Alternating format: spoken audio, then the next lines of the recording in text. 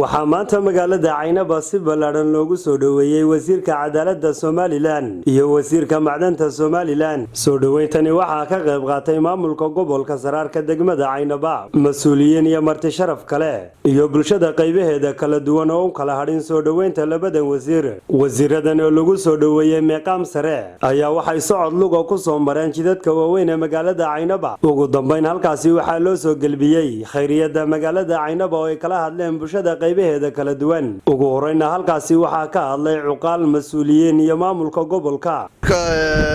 macdanta iyo wasiirka cadaaladda Somaliland Salmaan Warsame Guray iyo wafdidan kale ballaaran oo hogaaminayo waxaan ku soo dhaweynaynaa degmada Wadaamago ka deegaan ahaan iyo maamulka. labaad waxaan sidoo mahad celinayaa dhammaan dadweynaha reer Caynaba ee sida sharafta iyo xushmadda leh iyadoo waqtigu adag yahay u soo dhaweeyay wafdigan miisaanka leh. masalo culus baa jira saameynteeda leh mid waa abaartaas dadkii kala hayaamay barakacayaashii oo 3 meelood ka yaala oo dawladda iyo dadka hay'adaha ka sokow waxay ku noolaan dadka kale wax u hadheen kuwiina waa ka fogaadeen. cuqaashiga horeysay baahida gobolka waxbay ka taabatay halkana waxa maraya sidii horeba lagu sheegay wasiirkii deegaanka biyaha iyo waati laga hadlayay baahida iyo waxa biyahan ka hadlaya iyo qaxootiyaasha iyo wasiiro annagu kuwii qaraadneedna ma haysano. waftiga sharafta leh nagu soo boqday halkan maanta waxaanu leenahay soo dhawaada ku soo dhawaada dadkiinni ku soo dhawaada deegaankiinni ku soo dhawaada meel idinka jecel yahay. labaad deegaankani wuxuu u baahan yahay baahiyaal aasaasiya sida biyaha waxaanu u baahanahay midna wasiiro runtii waxa ka jirta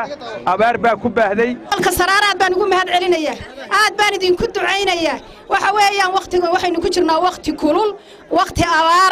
abaar badan bay idin soo martay roobabku way nagu yaraayeen dadkii wuu bukaa waa tamcaan anigu imika waxaan joogay 4 habeen 4 habeen labada barakacaba waan tagay. kulankan aynu runtii ku soo dhaweynayno wasiirada runtii qarankeena jamhuuriyadda Soomaaliland kamida labada wasiirka cadaaladda Salmaan iyo wasiirka macdanta iyo tamarka wasiir jaamac iyo waftiga ballaaran ay hogaaminayaan waxaynu ku soo dhaweynaynaa haddaynu nahay dhammaan gobolkii Saraar run ahaantii duruufo badan baa runtii ku xeeran gobolkan oo runtii aynu doonaynaa madaxweynahan aan gaarsiiyo wasiiradana runtii aynu sii fari doono. ugu dambeyntii halkaasi waxaa ka hadlay wasiirka cadaaladda Somaliland Salmaan Warsame Guuleed, wasiirka tamarta iyo macdanta Somaliland Jaamac Maxamuud Cigaal, iyagoo labada wasiir halkaasi uga qiray bulshadii halkani ka hadashay inay baahi ka jirto gobolka Saraar, baahidaasi oo salka ku haysa abaar saameysay. galbinayna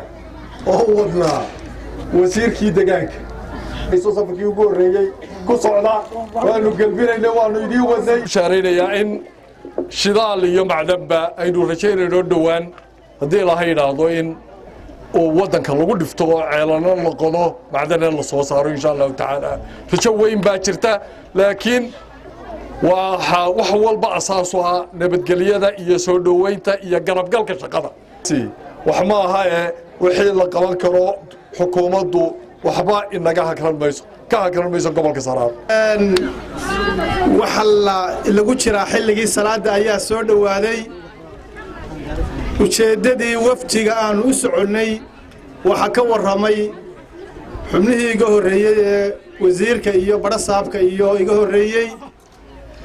baahiyaadkii halkan madax dhaqameedka iyo haweenka iyo xubnihii hadlay ay soo gudbiyeen ee ku saabsan xaaladda haddeer gobolku marayana waa dhegaysanaynay waana runtii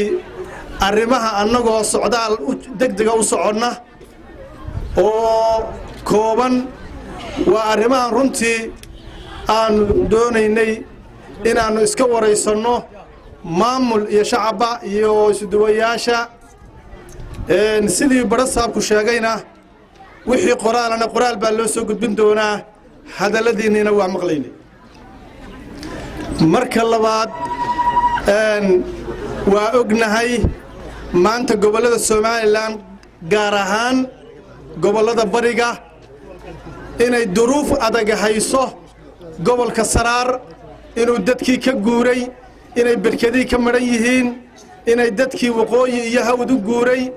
inay xanuuna jiraan oo soo kordheen arrimahaas runtii warbixintooda waa dhageysanaynay markaanu Hargeysa joognana qoraal baana loo ku soo diray insha Allah ta'ala waa ka hawlgalaynaa madaxweynaha waa gaarsiinaynaa gol ahaanna waa ka tashanaynaa wasiirada ahaan ciddii kasta ee hawlahaas qusaysana xoog baynu saarayn waa cali aadan dirir cali taani wararka telefishanka on cable magaalada Caynaba